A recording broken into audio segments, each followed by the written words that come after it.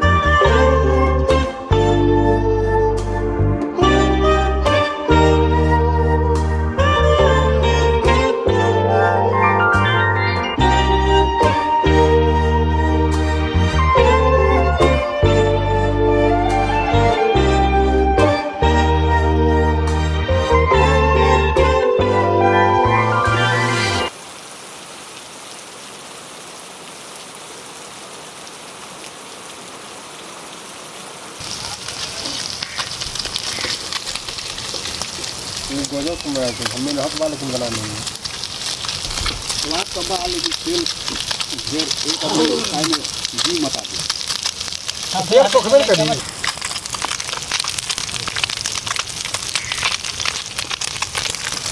देखिए दोस्तों अरे कथा को माने मछली जाको घटे को मार रहे बैठल बन चुका है नहीं निकल ये पानी कुछ होता अब पेड़ियां भर के झाड़ लगी एक बेर